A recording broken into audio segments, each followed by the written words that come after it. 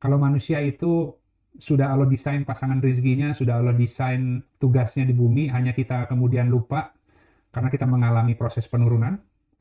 Nah, ketika sekarang dewasa, kita bekerja, berprofesi macam-macam, sebenarnya kita bisa mengenali tempat-tempat yang seperti rumah buat kita ya, yang ketika kita mengerjakan itu tuh sesuatu yang dimudahkan, sesuatu yang nikmat, tapi kita nggak bisa pindah ke profesi itu karena diikat oleh kehidupan. Ya. A'udzubillahi minasyaitonirrajim.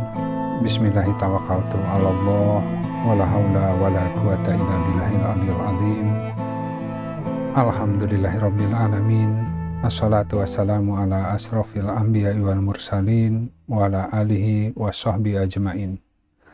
Rabbi shrah li sadri wa yassir li amri wahlul 'uqdatan min lisani yafqahu qawli waj'alni waziran min ahli. Assalamualaikum warahmatullahi wabarakatuh. Baik, sahabat sekalian, insya Allah judul kajian pagi ini adalah mengenali tempat tugas di bumi, begitu ya. Kita akan lihat nanti dari mana perspektifnya diambil. Kita tadabbur Al-Quran dan beberapa hadis. Baik, kita mulai masuk dari Quran Surat Hud, Quran Surat 11 ayat 6. A'udzubillahi minasyaitonirrajim. Bismillahirrahmanirrahim. Tidak ada satu makhluk bergerak pun di bumi, melainkan atas Allah, tempat bergantung rizkinya.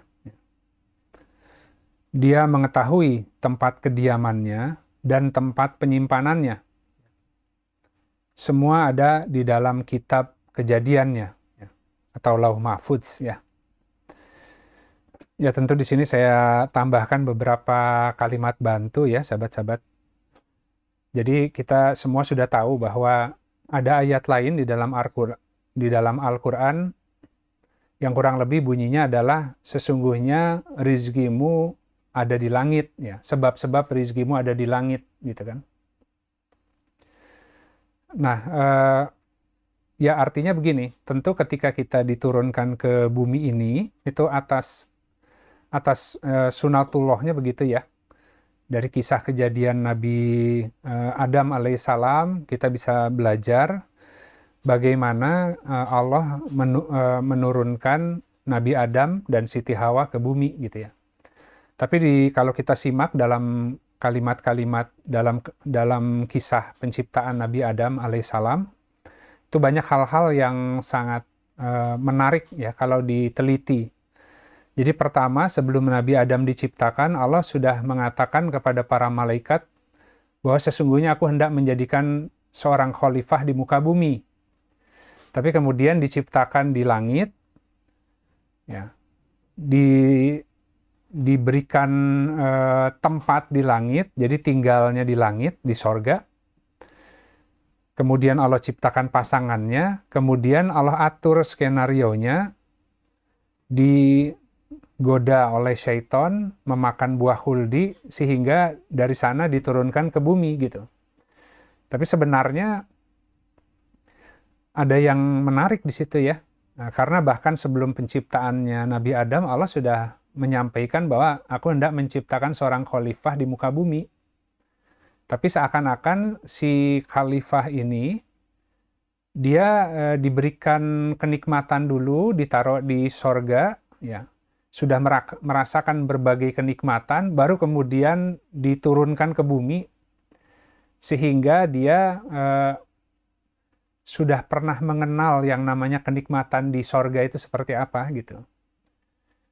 Nah, ketika di bumi Allah turunkan, kita bisa lihat di ayat lain ya, di Al-Quran, di dalam surat lain, di ayat yang lain, Allah juga menjelaskan bahwa tidaklah aku menciptakan jin dan manusia, ya, tidaklah aku menciptakan jin dan manusia kecuali untuk beribadah kepadaku, gitu, atau untuk mengabdi kepadaku, gitu ya. Jadi tentu kalau perintahnya adalah untuk mengabdi, ya, maka Allah akan memberikan semua sarana, ya, yang akan membuat dia bisa bertahan hidup, ya, di bumi ini, gitu. Itu yang kita biasa sebut sebagai rizki. Jadi rizki adalah sumber-sumber bahan baku yang dibutuhkan agar manusia bisa menjamin keberlangsungan hidupnya. Allah sudah atur buminya seperti ini, mudah ditundukkan, ya. Manusia diberi akal untuk mengolahnya, ya. Tapi kemudian tadi meskipun kita punya berbagai bahan baku di bumi ini, kalau Allah tidak ajarkan cara menggunakannya, kita juga tidak bisa memperoleh manfaat. Gitu. Jadi ada yang disebut rizki yang sifatnya langit, ada yang bumi. Jadi rizki yang ada di bumi, segala bahan baku yang kita olah sehingga menjadi satu yang bisa digunakan untuk melangsungkan kehidupan di bumi, itu hanya bisa diakses kalau Allah memberikan pengajaran, gitu ya. Jadi rizki langit itu pengetahuan, ya, teknologi, dan cara untuk mengolah, ya, dan menguasainya. Manusia juga terhadap berbagai makhluk yang ada di bumi, banyak binatang, ya, binatang buas, itu juga kalau Allah tidak berikan satu teknologi, satu akal untuk bisa mempertahankan diri dari hewan-hewan buas itu, pasti akan hancur. Ya, tapi kenyataannya hari ini dengan teknologinya manusia, dengan akalnya, semua hewan-hewan yang ada, sebuas apapun bisa ditaklukkan oleh manusia. Gitu. Nah, jadi ketika tadi dalam satu riwayat kan begini, Nabi Adam itu ketika diturunkan ke bumi, itu diturunkannya di tempat yang berbeda dengan Siti Hawa. Jadi kami turunkan kalian bersama-sama di muka bumi, begitu ya. Tapi kemudian ditaruh di tempat yang berbeda-beda sehingga butuh waktu, ya, dalam riwayatnya ada yang mengatakan 300 tahun, ada yang mengatakan 500 tahun, hingga kemudian Nabi Adam dan Siti Hawa bisa bertemu kembali di bumi setelah Allah turunkan dari langit. Nah, sebelum bertemu di buminya, ya, dalam riwayatnya dikatakan itu di Arafah, di Jabal Rahmah, ya, tempat pertemuan Nabi Adam dan Siti Hawa di bumi. Nah, sebelum bertemu dengan pasangannya, mereka hidup sendiri-sendiri, ya, tidak bisa punya keturunan, kan? Tapi setelah kemudian Allah pertemukan, barulah di sana bisa memiliki berbagai tadi hasil pernikahan itu menghasilkan berbagai amal soleh yang diantaranya adalah anak, ya. Yang kemudian dari anak-anak itu ada yang menjadi petani, ada yang menjadi peternak, dan lain sebagainya hingga sampai hari ini manusia berkembang biak dengan profesinya masing-masing. Jadi tanpa pasangan, manusia pun tidak bisa menghasilkan apapun. Gitu. Karena Allah sudah atur di bumi ini segala sesuatu dengan pasangannya. Nah, dari kisah itu yang kita ambilkan hikmah dan pengajarannya, ya, sahabat-sahabat. Jadi kalau dikatakan dalam ayat ini, semua ada di dalam kitab kejadiannya. Jadi Allah sudah punya lauh mahfudz, kitab yang dijaga, begitu ya, lembaran-lembaran yang dijaga, yang di dalamnya Allah sudah menuliskan segala sesuatu. 50.000 tahun sebelum penciptaan apapun, Allah sudah menuliskan segala sesuatu yang akan Allah ciptakan. Kemudian diturunkan sesuai dengan waktunya masing-masing, tapi bukan berarti belum ada kodoknya, gitu ya. Jadi kalau hari ini kita hadir itu karena sudah ada catatan, sudah ada ketentuan yang Allah aturkan sebagai kodok di dalam kitab yang disebut Lauh Mahfudz, kitab induk yang Allah jaga itu. Bahwa kadarnya manusia turunnya itu ya ada ukuran.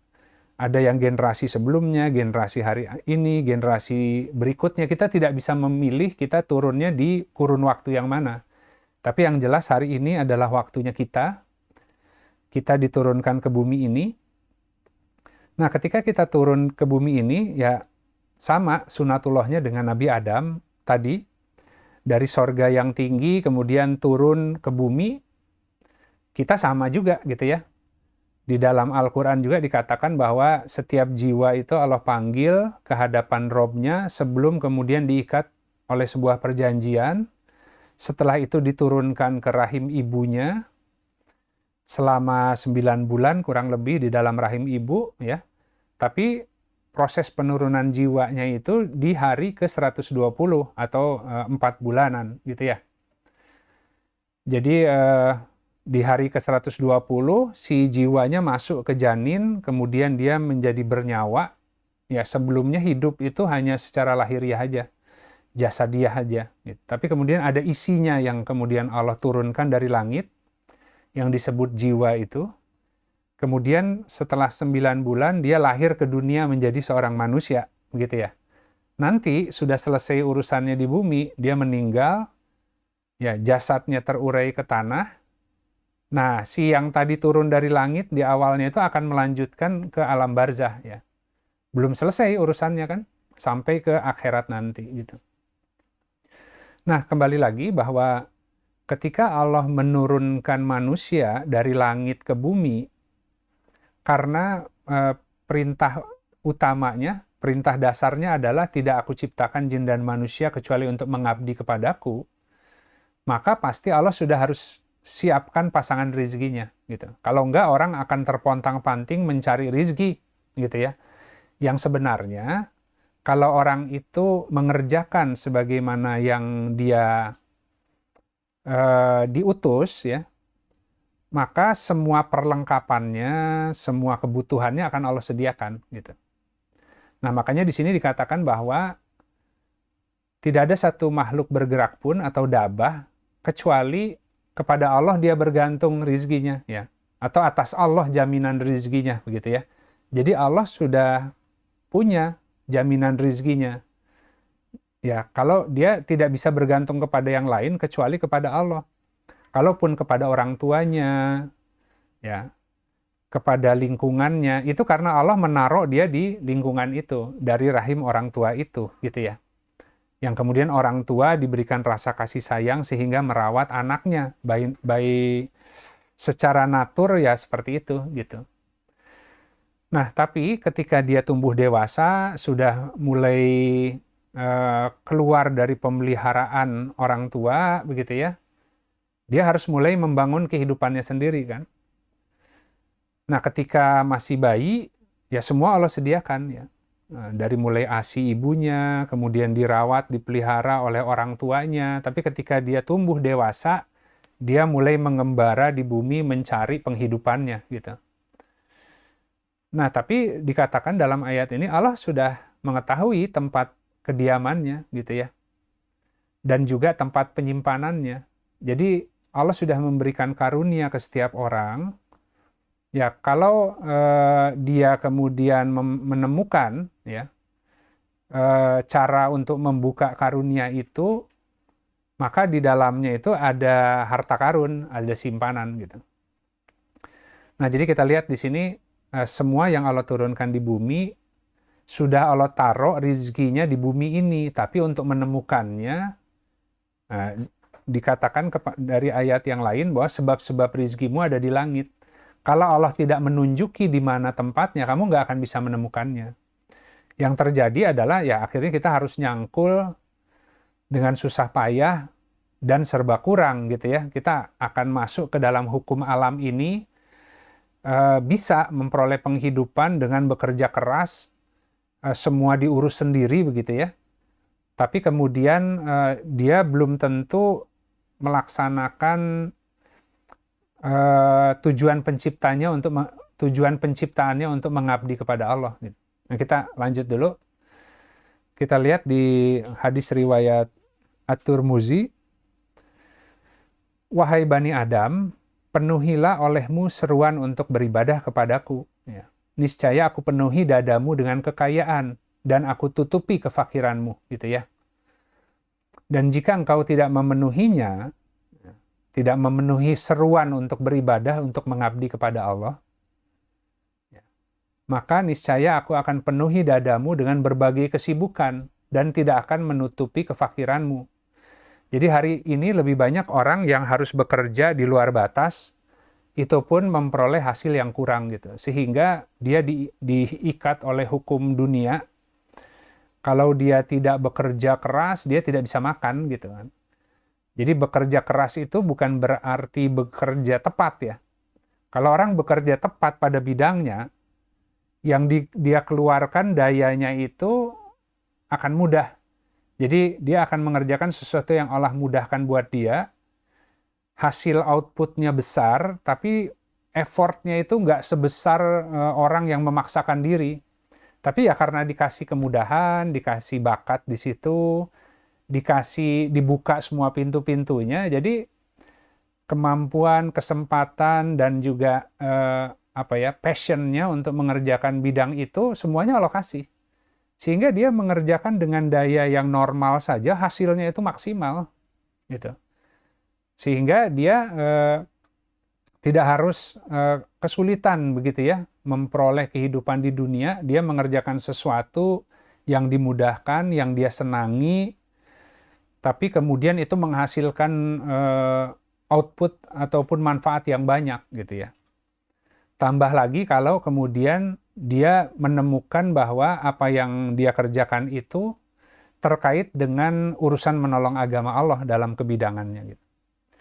Nah, jadi Allah akan penuhi dadanya dengan kekayaan. Jadi dalam hadis lain juga dikatakan sesungguhnya yang disebut kekayaan itu bukanlah kekayaan harta, tapi kekayaan itu adalah kekayaan jiwa. Karena harta itu ketika orang jiwanya Allah perkaya, diberi macam-macam kemampuan, diberi macam-macam skill, dia menjadi dibutuhkan oleh banyak orang ya. Sehingga jasanya itu akan dipinang oleh banyak orang yang otomatis ya tentu efek sampingnya produk atau jasanya banyak yang membutuhkan dan beli gitu. Tapi kalau Allah nggak kasih kemampuan apapun, karunia apapun, dia bekerja keras tapi sebenarnya hanya apa ya? Ya hanya tenaga kasar lah begitu ya. Dan dia mudah digantikan. Dia menjadi satu dari sekian banyak orang yang melamar satu pekerjaan dan siap untuk menjual tenaganya, ya, dirinya untuk mengerjakan satu proses produksi barangkali ya, yang sehingga dia dengan mudah digantikan dan diatur oleh hukum itu ya. Jadi kalau kita mengatakan UMR, ya, itu orang-orang yang masuk ke dalam satu pola sistem pekerjaan yang diikat oleh sebuah sistem upah minimum. Nah, umumnya model-model seperti itu orang yang menawarkan jasanya banyak, ya yang memberi pekerjaannya sedikit. Sehingga mau nggak mau dia berkompetisi dengan orang lain untuk memperoleh pekerjaan yang sama. Tapi kalau dia terus bisa mengeluarkan sesuatu yang khas, ya, sebuah produk, sebuah karya, sebuah skill, keterampilan yang khusus, dia akan keluar dari hukum yang mengatur tadi kebanyakan orang gitu ya. Nah, kurang lebih seperti itu. Jadi kalau seandainya Allah penuhi dadanya dengan kekayaan, Allah akan tutupi kefakirannya. Allah akan beri semua kebutuhannya karena mengalir karunia Allah di dalam dirinya itu, dan itu tampak oleh orang lain sehingga banyak orang yang membutuhkan. Dengan demikian juga Allah kemudian mengangkat kedudukannya di dunia. Bisa berupa ilmu, bisa berupa harta, bisa berupa tadi ya keterampilan, ya, bisa macam-macam. Para ulama juga demikian. Ya sama, para ulama sama dengan manusia pada umumnya. Katakan manusia pada umumnya itu membutuhkan ilmu, banyak kebingungan, tapi ketika ada orang-orang yang Allah pilih dan berikan ilmu, pemahaman tentang kehidupan, tentang Al-Quran, dia jadi kemudian bisa punya peta jalan yang akhirnya kedudukannya itu otomatis terangkat gitu. Karena dia dibutuhkan oleh orang lain yang membutuhkan panduan gitu. Nah, tapi bukan karena dia hebat, karena Allah ya, tadi karena Allah memberikan ilmu gitu. Nah, sama dengan orang yang diberi harta, baru lahir, kemudian Allah takdirkan dalam satu keluarga yang memiliki harta, ya, kemudian ditinggalkan warisan, otomatis dia tidak sama startnya dengan orang lain. Dia langsung memperoleh harta warisan, punya uang, yang dengan kedudukannya dia sebagai pemilik harta atau sahibul mal, maka dia punya keutamaan dibanding orang lain karena bisa menyediakan satu daya untuk melaksanakan banyak rencana gitu. Orang punya ide, punya gagasan, nggak punya modal juga sulit jalannya begitu kan. Nah, tapi kalau Allah tidak memberikan ilmu juga, harta sebentar habis gitu. Jadi intinya semuanya itu ada karunia lah.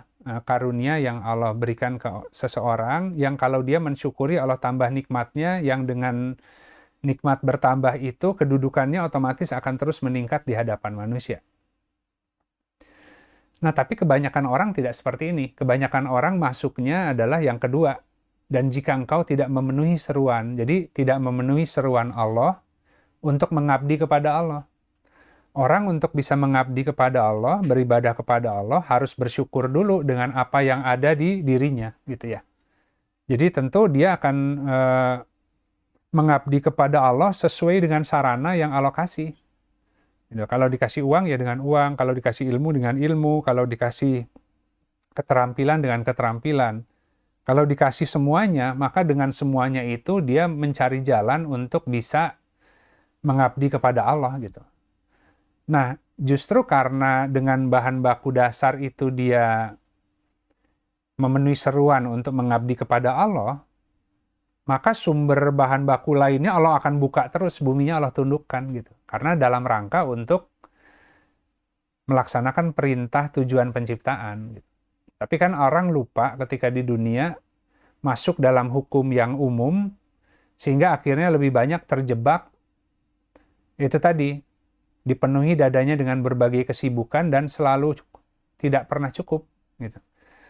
Akhirnya dari lahir, dari dewasa hingga meninggalnya itu ya sibuk dengan urusan mencari penghidupan gitu.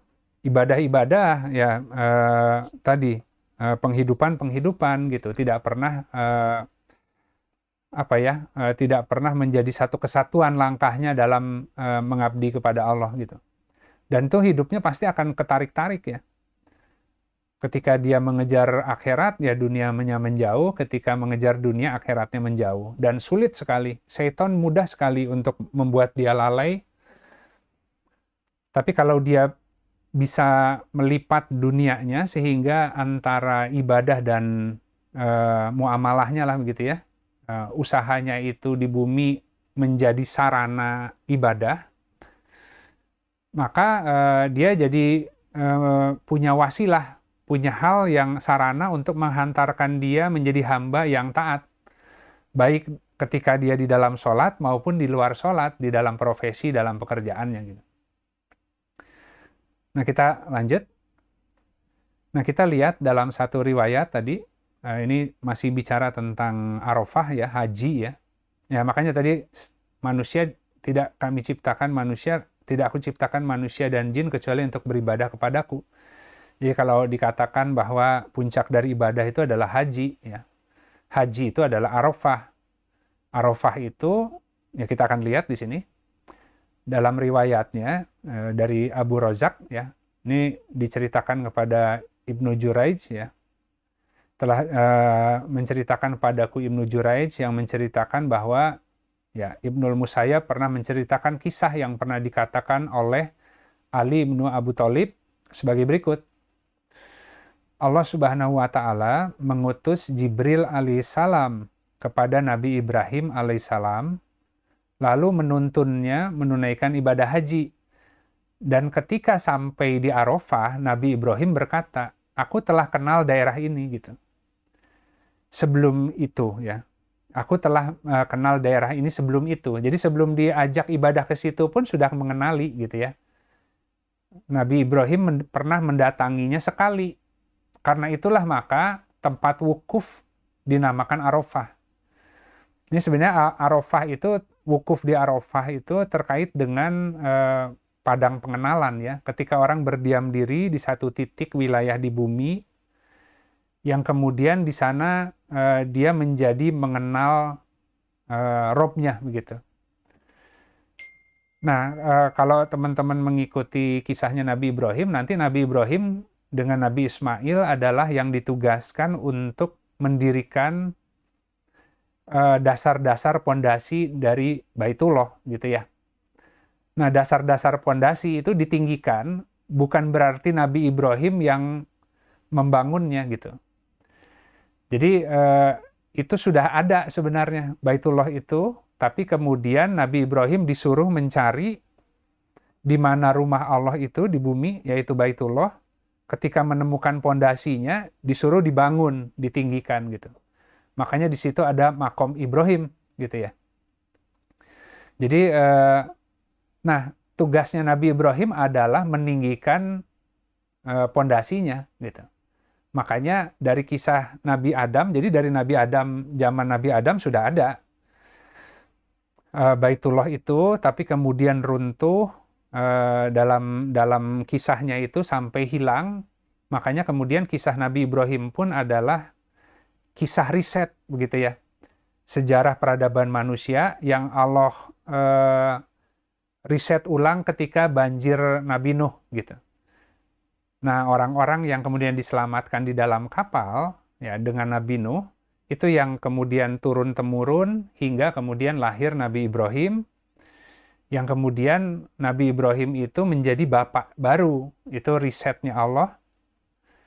Yang dari Nabi Ibrahim lahirlah Bani Ismail dan Bani Ishak atau Bani Israel ya. Barulah sampai hari ini berlanjut keturunannya gitu ya, termasuk kita gitu. Nah, jadi Nabi Ibrahim itu tugasnya adalah menegakkan kembali tadi pondasi Baitullah. Makanya syiar kurban itu dikaitkan juga dengan Nabi Ibrahim, syiar haji juga dikaitkan dengan Nabi Ibrahim, gitu kan ya.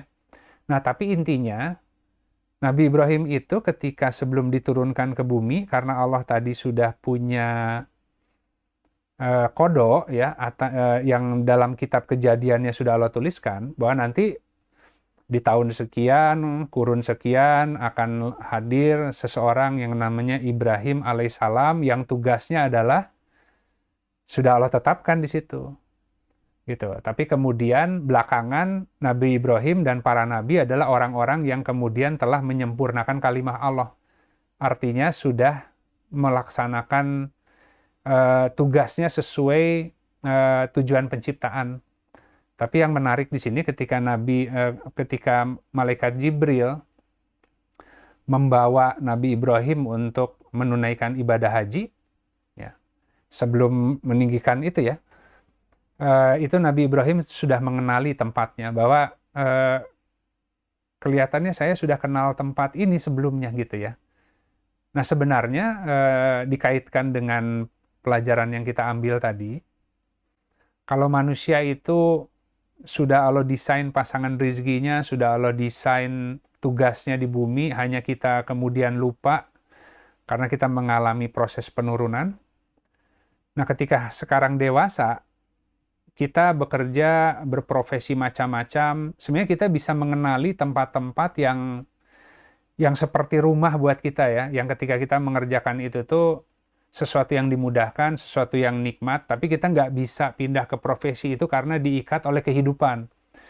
Ya, saya sebenarnya biasanya orang itu punya kesenangan, punya hobi, punya interest yang dia juga nggak tahu kenapa itu hadir, tapi sejauh ini tetap menjadi hobi aja gitu.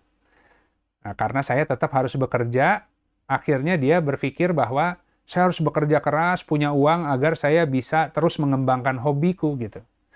Padahal sebenarnya ketika orang punya kesukaan terhadap satu bidang, kemudahan di sana, jangan-jangan ada satu karunia yang Allah desain di dalam dirinya yang ada tugas spesifik di area itu gitu.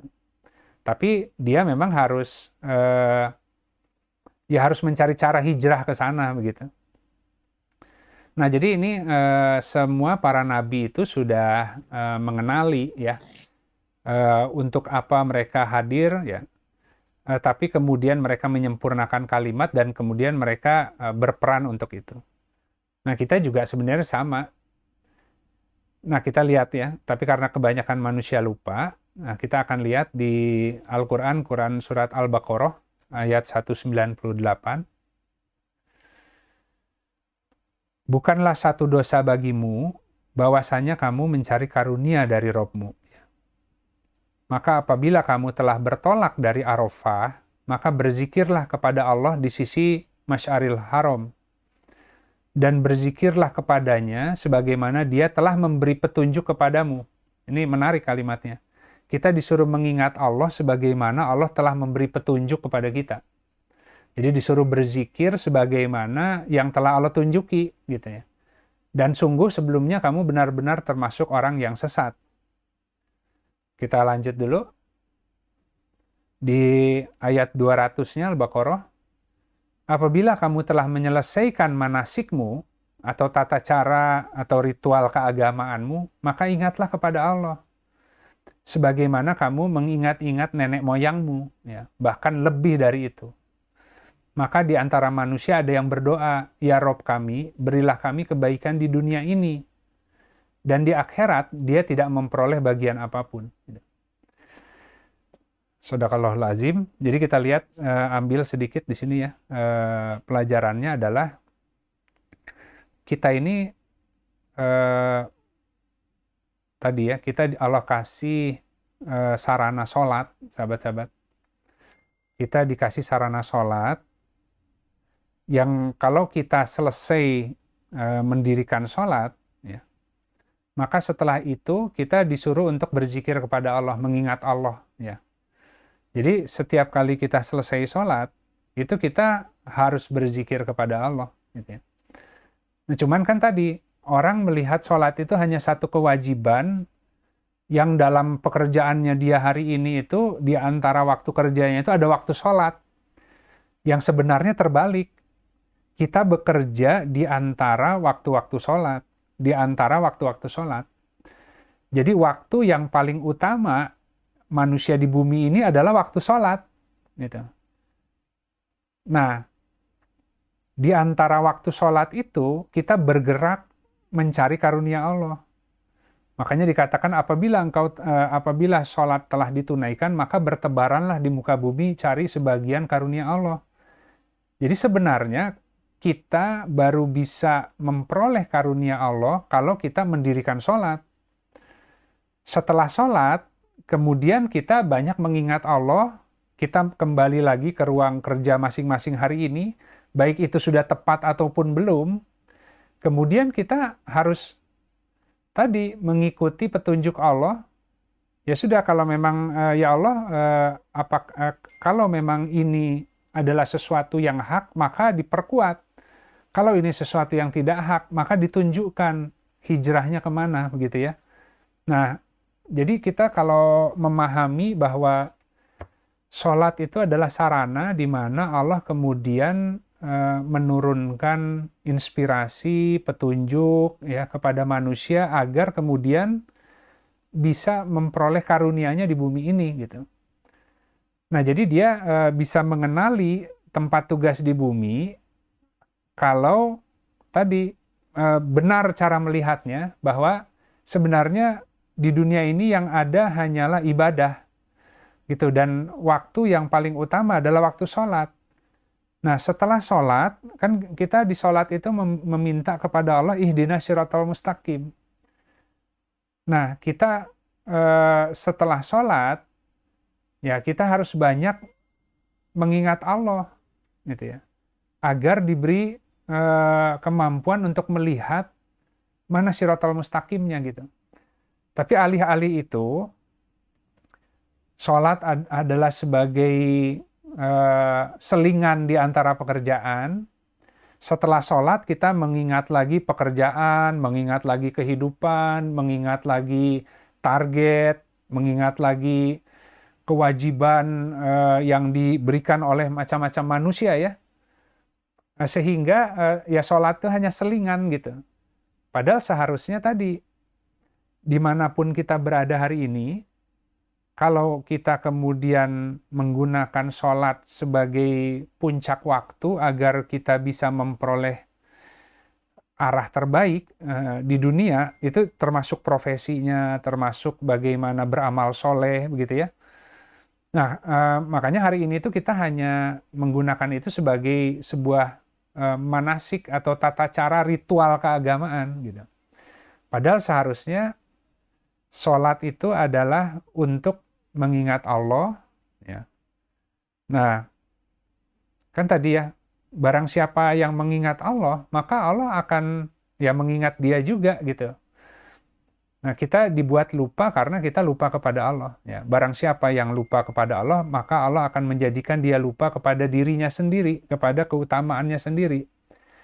Jadi memang tidak ada satu sarana yang lebih kuat, ya, lebih ampuh untuk mengorientasikan seseorang untuk kemudian bergerak kepada tadi tempat tinggal dan penyimpanan yang Allah sudah taruh di bumi, ya. Karena kalau dia bergerak ke sana dan menemukan titik itu adalah pasangannya, seperti ketika Nabi Adam bertemu dengan Siti Hawa, yang ketika bertemu itu dia akan bisa menghasilkan banyak karya, ya, amal soleh, anak, ya, keturunan, ya, dan lain sebagainya gitu. Kan Allah harus menguji kita di dunia ini seakan-akan hukumnya itu kalau orang nggak bekerja itu dia nggak akan memperoleh rezeki gitu. Memang Allah desain itu kan untuk azam ya dunia ini, untuk supaya keyakinan kita terhadap Allah itu, apakah kita kemudian mempercayai hukum yang ada di dunia ini sebagaimana kebanyakan orang lain meyakini, atau kita yakin bahwa Allah yang ngatur ini semua, Allah yang punya dunia, Allah yang ngasih rezekinya, ya, Allah yang membuka. Nah, karena tanpa misalkan tadi manusia tidak diberikan kebutuhan untuk makan, ya manusia itu akhirnya ya saya sering contohkan gini, kalau kita sholat kemudian setiap sholat di bawah sejadah kita ada uang 1 juta gitu ya. Orang itu dengan otomatis ya udah sholatnya dibanyakin, kalau kebutuhannya nambah sholatnya dibanyakin, gitu kan ya. Jadi katakan 1 rakaat 1 juta, kalau 4 rakaat itu 4 juta, gitu. Kalau ya bodoh-bodohannya gitulah ya, kalau Allah mau ngasih hukumnya gitu. Ya sudah, kita hantem tuh semua yang namanya sholat nawafil, ya, sholat sunnah, semua kita ambil tuh. Ya, kalau mau kaya ya ibadahnya banyakin, sholatnya kan gitu.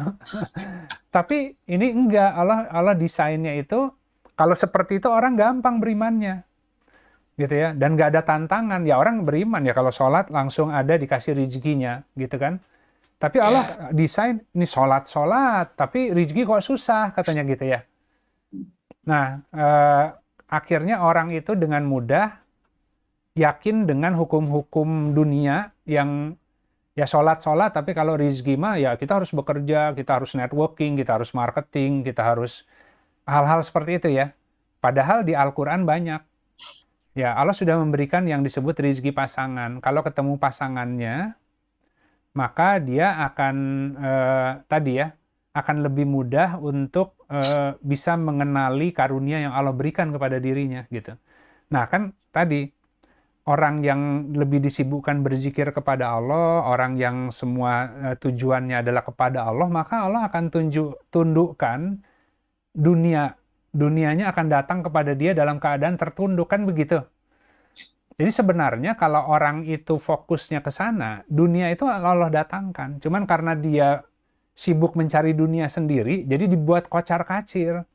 Karena dunia itu diciptakan untuk mengabdi kepada Allah, gitu. Nah, jadi iya betul, Ndra. Jadi memang itu ujiannya kita semua. Kita dibuat seperti ada dua hukum. Kita mau pakai hukum yang Al-Quran, meskipun cara menggunakannya pun harus hati-hati ya.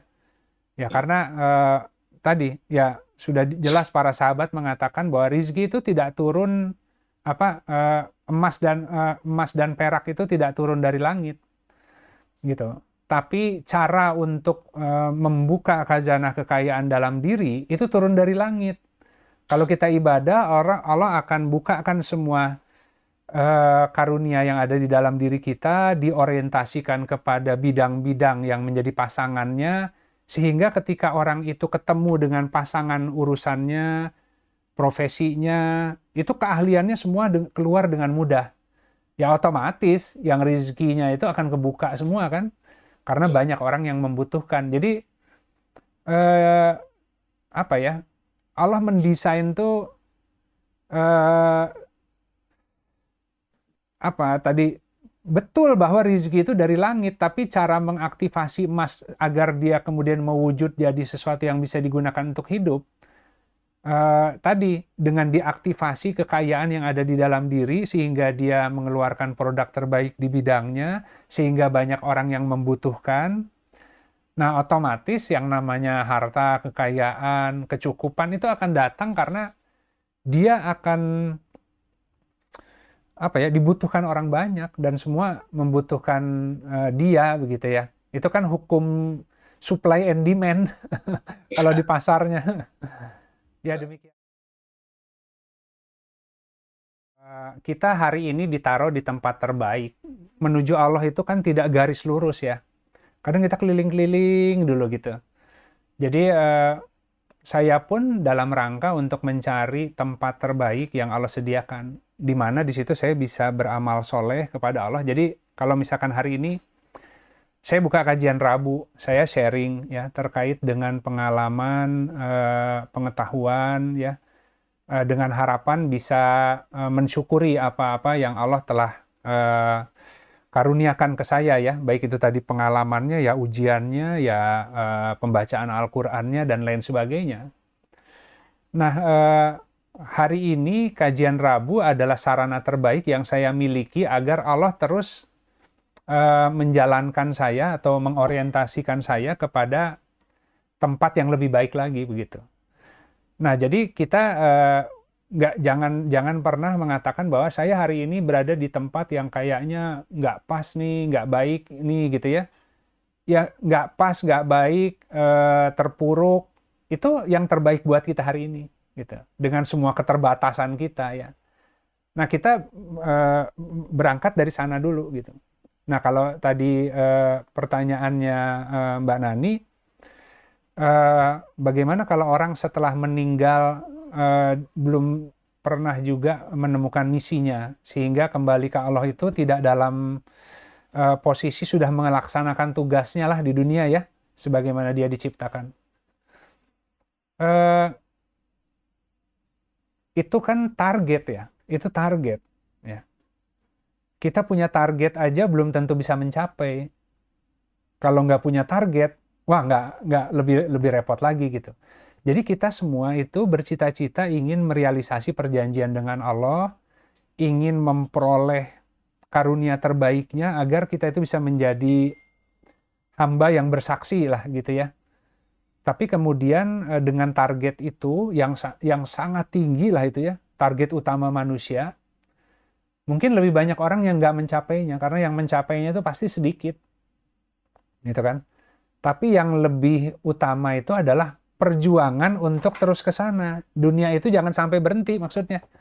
Karena kalau nggak punya target, nggak punya cita-cita dalam orientasi yang benar bahwa setiap orang itu punya sesuatu terbaik yang Allah sudah sediakan, kalau dia beramal di sana, itu dia apa ya?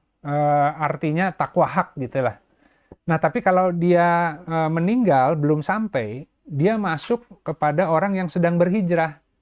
Makanya di dalam hadisnya, orang yang sedang hijrah menuju Allah di tengah jalan meninggal gitu, maka malaikat itu akan menyampaikan dia begitu ya. Padahal jaraknya itu belum jauh dari titik berangkatnya kan. Jadi Allah akan menyampaikan orang yang hijrah menuju Allah ya semata-mata untuk Allah gitu. Makanya ada hadis lain, jika orang berhijrah karena menginginkan dunia, berhijrah karena ingin menikahi seorang wanita, maka hijrahnya untuk itu. Gitu kan ya. Nah, kalau kita sekarang ingin berhijrah menuju Allah, ingin merealisasi perjanjian, menemukan misi hidupnya, Tapi kita belum tahu, ya syukuri aja yang ada hari ini. Nah, kita dari sekian opsi yang ada, kita sholat, kita kalau bingung istiqoroh, minta di antara dua pilihan. Setelah dianalisa dulu mana baik buruknya, mana yang lebih mendekati peta dirinya, gitu. Nah, kemudian dia tetap menyerahkan kepada Allah untuk memberikan kemantapan hati, karena kadang-kadang akal kita menipu ya. Jadi akal itu kalau tidak dipengaruhi hawa nafsu sih, dia sebenarnya bisa lurus, bisa mempertimbangkan secara objektif di antara dua pilihan mana yang terbaik. Tapi seringkali akal kita itu disusupi dengan keinginan, dengan obsesi. Nah, sehingga meskipun secara akliyah kita sudah menimbang, kita tetap harus mohon ke Allah gitu. Takut-takut akal kita itu ada tidak lurusnya gitu karena dihinggapi oleh sebuah iming-iming dunia kan. Nah, kemudian setelah Allah memantapkan hati, setelah proses akal tadi digunakan, kita istiqoroh, Allah mantapkan pilihannya, maka tawakal, ikuti pilihan itu, gitu kan ya. Jadi jalannya itu memang hanya berserah diri kepada Allah, karena tadi sesungguhnya atas Allah bergantungnya rizki setiap makhluk, dan Allah yang mengetahui tempatnya di mana. Ya, jadi nggak ada yang benar-benar mengetahui tempatnya sebenarnya. Gitu. Jadi saya hari ini misalkan, ya Allah kasih ilmu agama, saya punya pengalaman, forum kajian Rabu yang saya nggak tahu mungkin 9 tahun yang lalu kita gelar, sampai sekarang masih ada gitu ya. Dan saya nggak pernah, jadi gini, kajian Rabu mau besok selesai nggak masalah buat saya gitu. Tapi kalau Allah masih izinkan ada dan masih ada yang membutuhkan, saya berarti masih diberikan sarana ini untuk beramal soleh gitu ya. Ya jadi itu Ndra, jadi gini, yang paling penting adalah kita harus memahami bahwa apa yang kita jalani hari ini atas izin Allah itu yang terbaik, mau itu susah ataupun senang ya. Nah, karena apa? Karena dari titik ini kita akan berangkatnya kepada titik yang lebih baik dan lebih baik lagi. Tapi kalau hari ini kita tadi merasa, wah saya kayaknya salah pilihan, saya kayaknya bukan di sini, saya harus mencari jalan keluar dari sini, gitu kan ya? Ya nggak bisa dia, gitu. Proses hijrahnya itu akan Allah berikan, Allah akan tunjuki. Makanya kalau sholat tahajud kan untuk itu ya. Laksanakan tadi ya, tahajud ya, sebagai ibadah tambahan bagimu gitu. Semoga Allah mengangkat derajat kedudukanmu. Allah mengangkat kedudukan derajat itu kan nggak bisa asal tiba-tiba besok tambah pangkatnya, naik kedudukan, yang enggak. Ilmunya ditambah, bijaksananya ditambah, pemahamannya ditambah. Cara Allah mengangkat kedudukan seseorang itu, dia menjadi lebih, akalnya diperkuat. Gitu. Nah, kemudian doanya setelah itu adalah, ya Allah, masukkanlah hamba ke tempat pemasukan yang baik, keluarkan hamba ke tempat pengeluaran yang baik. Nanti Allah yang akan menghijrahkan gitu. Dengan kedudukannya ditambah, diberikan pemahaman, diberikan akal yang lebih bisa membaca segala sesuatu, dia akan mulai melihat potensi jalan-jalan hijrah. Gitu. Ketika udah ada potensi jalan hijrah, jangan langsung ngambil keputusan sendiri juga. Harus minta dari sekian jalan hijrah yang kelihatan, mana nih yang sebenarnya Allah kehendaki. Oh, nanti kalau yakin tuh dengan runtutan SOP begitu, tiba-tiba dia didorong untuk masuk ke salah satu pilihan, padahal saya maunya yang itu, tapi kok didorongnya ke sini. Gitu. Iya kan kamu minta ke Allah supaya dimasukkan ke yang paling baik. Bukan sesuai keinginan kamu loh yang paling baik, sesuai pengetahuan Allah yang paling baik itu gitu. Ya kira-kira gitu Ndra. Jadi nggak masalah tadi yang Mbak Nani, karena yang penting cita-citanya itu tidak pernah hilang. Kita berjuang ke arah sana, kalau kita meninggal, kita adalah orang yang sedang berhijrah. Yang repot kalau ya udahlah hidup jalanin gini aja lah. Ini yang terbaik lah. Gitu kan ya. Tanpa cita-cita itu, nah kita jadi nggak punya titik target Karena kalau hijrah itu harus punya target. Kalau nggak ada target kan nggak ada hijrah berarti ya. Orang yang berakal itu tahu mana yang bagiannya, mana yang bukan bagiannya gitu. Jadi sebenarnya Allah menguji juga. Jadi kalau dengan bahan baku yang banyak di sekitar kita, itu kita juga karena ada yang digunakan juga sebagai ujian, Pak Mus. Jadi misalkan Allah akan mengujimu dengan hewan buruan yang mudah diperoleh oleh tombak dan tanganmu misalkan ya. Jadi manusia itu harus ngerti, kalau dia ngerti tentang dirinya, tentang karunia Allah, tentang apa yang paling sesuai buat yang toyib lah ya buat dia, itu dia jadi tahu kapan harus menerima, kapan harus menolak.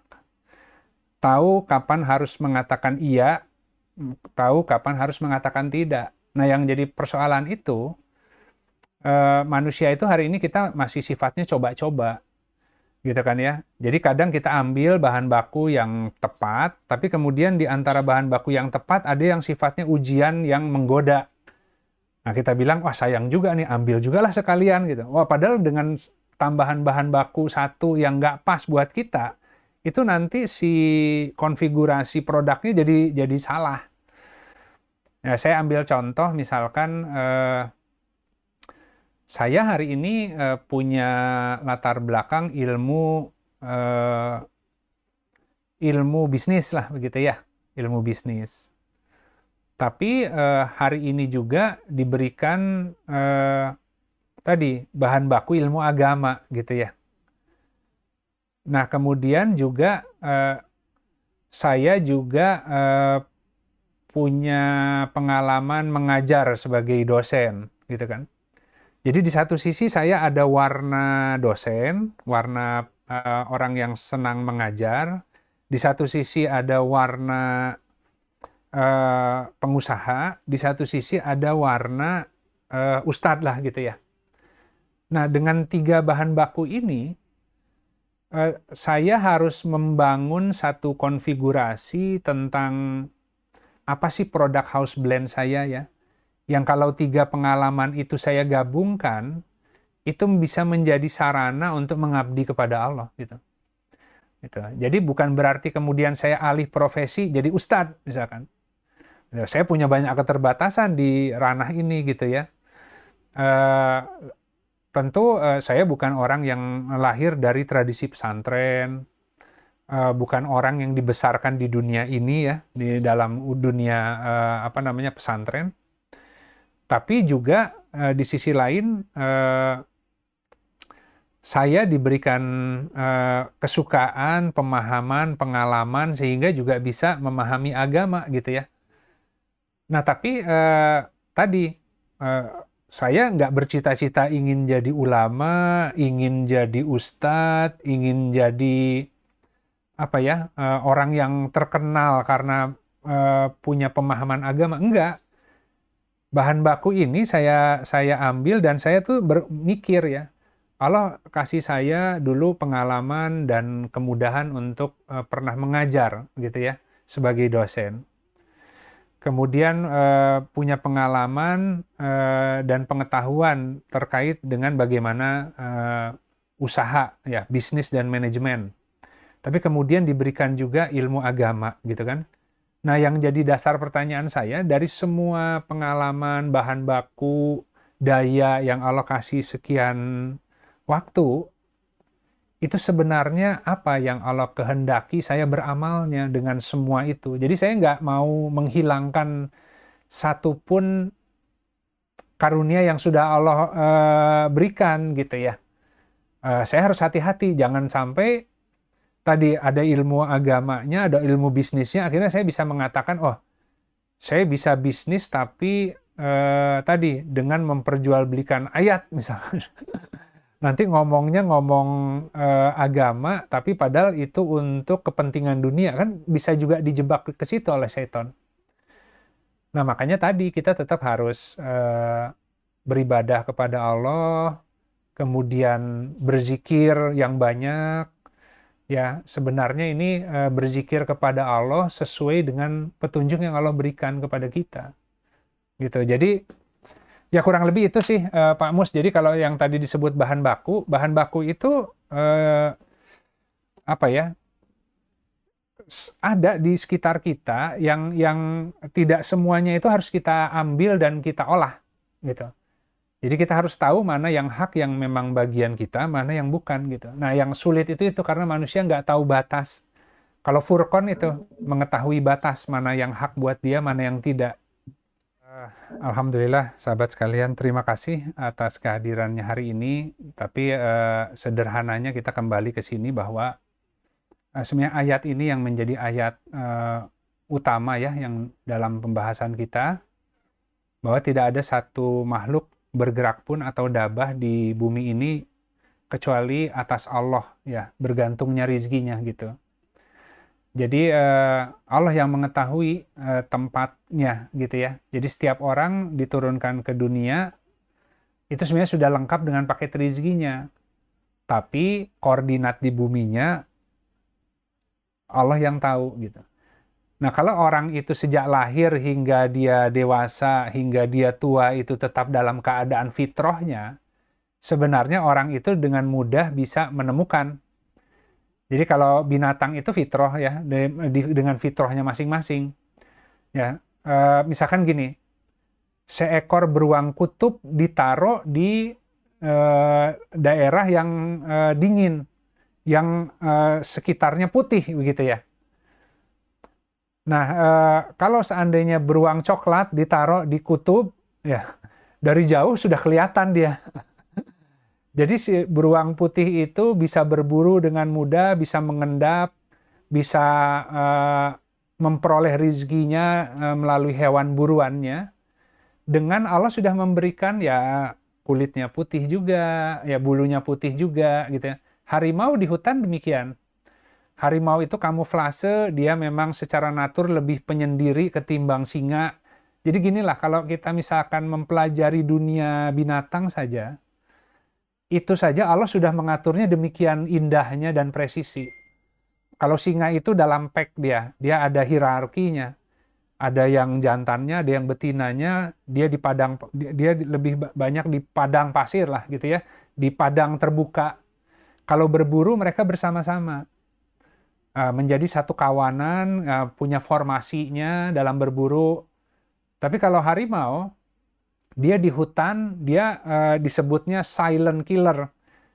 Dia itu bisa mengendap musuh sampai jarak dekat, nggak tahu kalau itu ada harimau di situ. Ya, tapi kan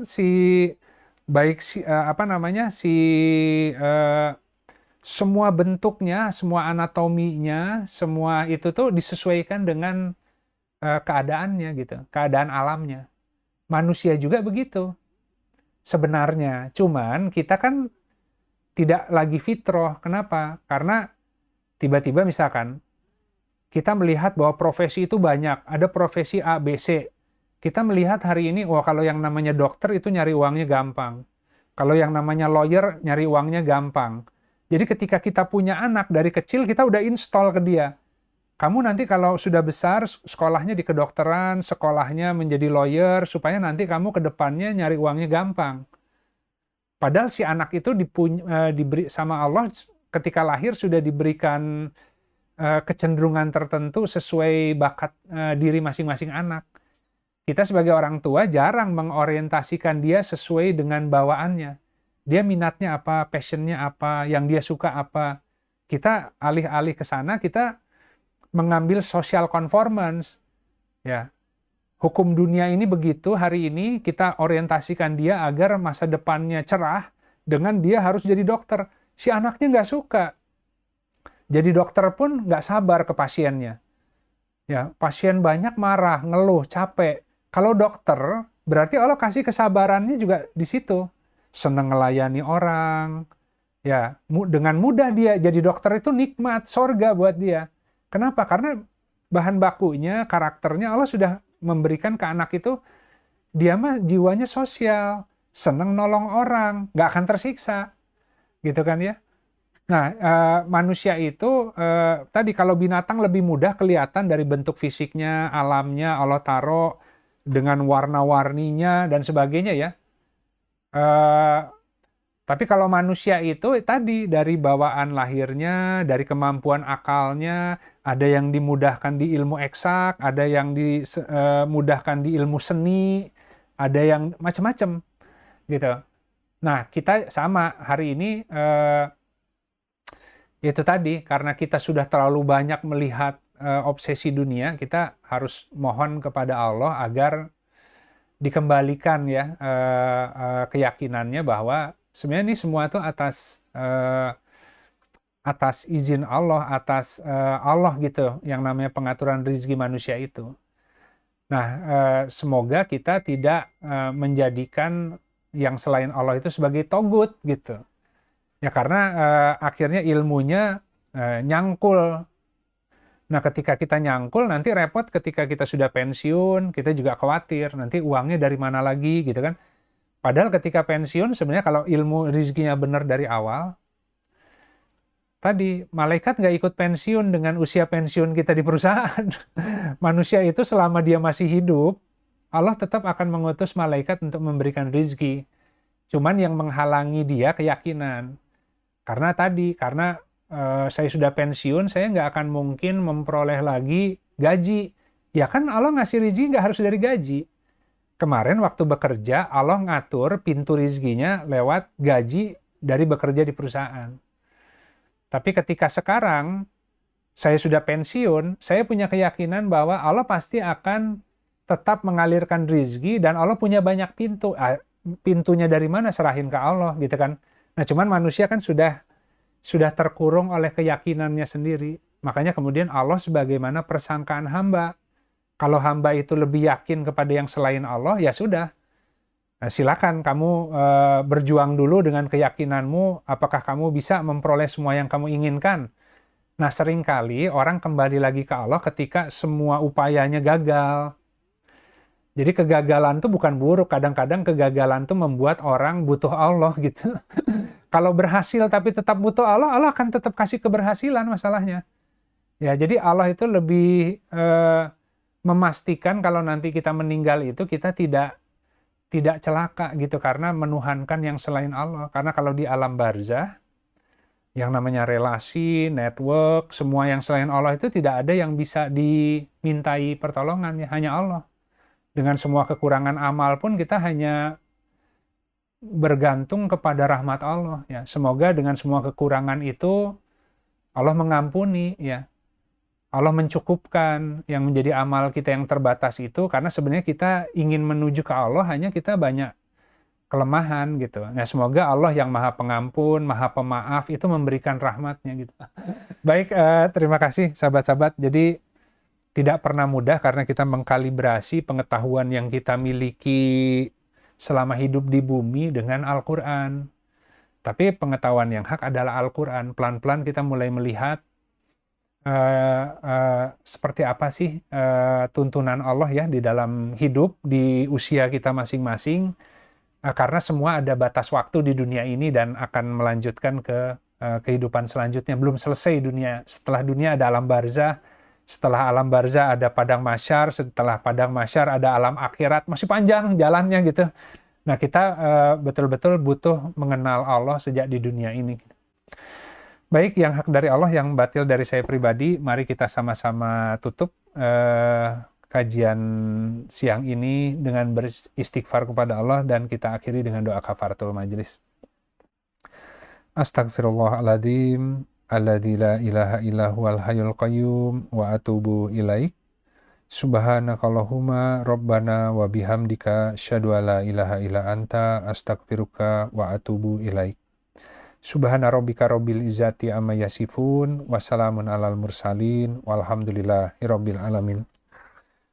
Wassalamualaikum warahmatullahi wabarakatuh.